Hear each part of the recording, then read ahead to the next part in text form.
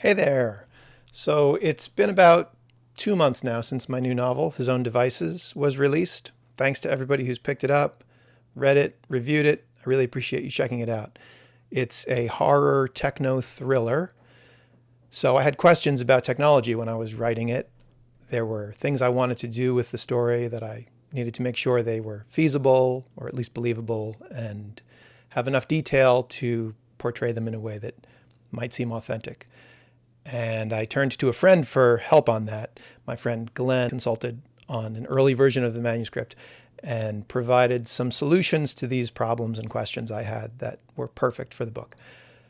So when the book was released, Glenn sent me this guy as a gift. This is a replica of Lime the Lizard from the book, the figurine that is designed by Rainbow Dave, our villain, and distributed to his young fans.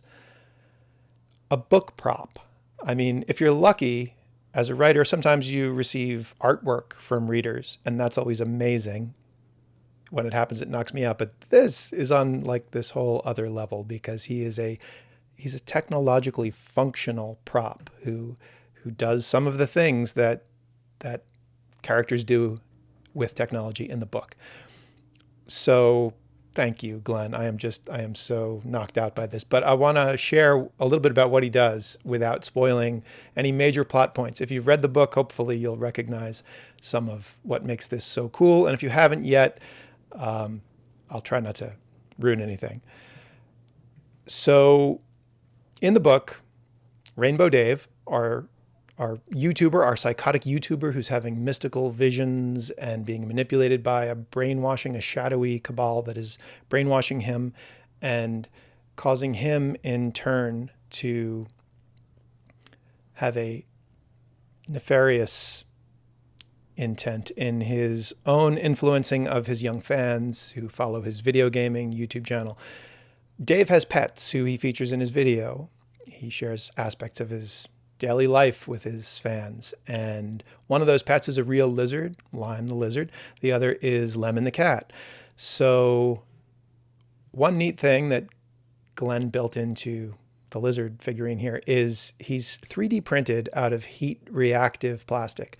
So I can't quite demonstrate this, but if you apply your body heat to him for a while, or let him sit in the sun, or hit him with a hairdryer, his green color starts to turn yellow in the places that have been warmed up. And I just think that's awesome because it references his sibling, Lemon. But the real magic is when you plug him in. You can see he's got a USB cable in his butt. So when you apply power, Lime starts flashing. His eyes start flashing blue, which indicates that he's sniffing out his environment. And eventually, they'll start to pulse slow green. And there we go. That means he has established himself as a Wi-Fi hub. And if I press his tongue, right, you can see there his tongue is a little red button, a functional button.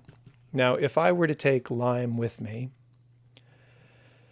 to the local Starbucks, let's say, I could give my fellow patrons a bit of a surprise.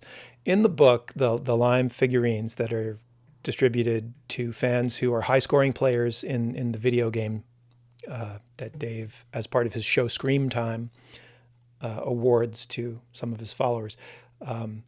These kids who receive a lizard bring it with them to a live event. And there is a diabolical aspect to these figurines at the event where, for all wholesome purposes, the microchip inside each lizard connects the kids to the game on the giant screen on stage and enters their lizard character into the game.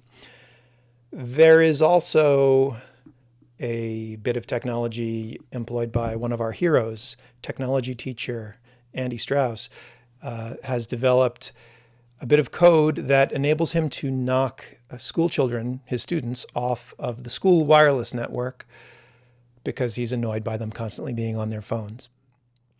So, back to Starbucks. If I brought Lime with me and derive power from my laptop for him, when I press his tongue button, his eyes will begin to flash red, which for real indicates that he is launching an attack on all wireless devices in his vicinity and knocking them off of any network they might be connected to.